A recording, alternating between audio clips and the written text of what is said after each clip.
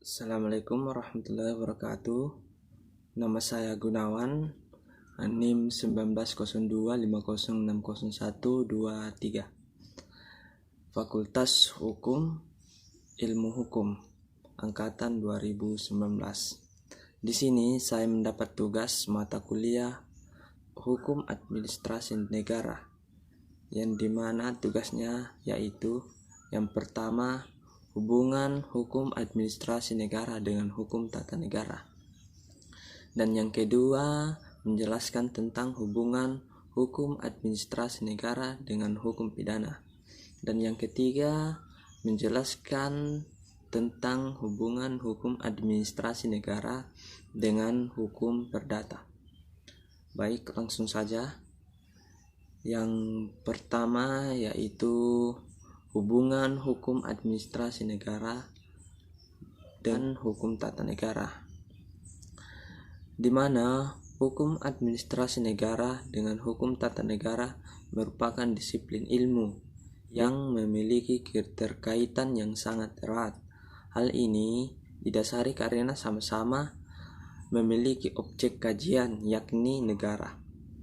Hubungan yang mendasar antara hukum tata negara dengan hukum administrasi negara yaitu hukum tata negara merupakan disiplin ilmu yang mengatur tingkah laku negara, alat atau sarana perlengkapan negara.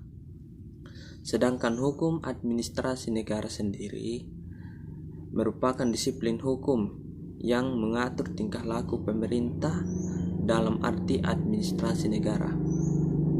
Dan yang kedua, menjelaskan tentang hubungan hukum administrasi negara dan hukum pidana.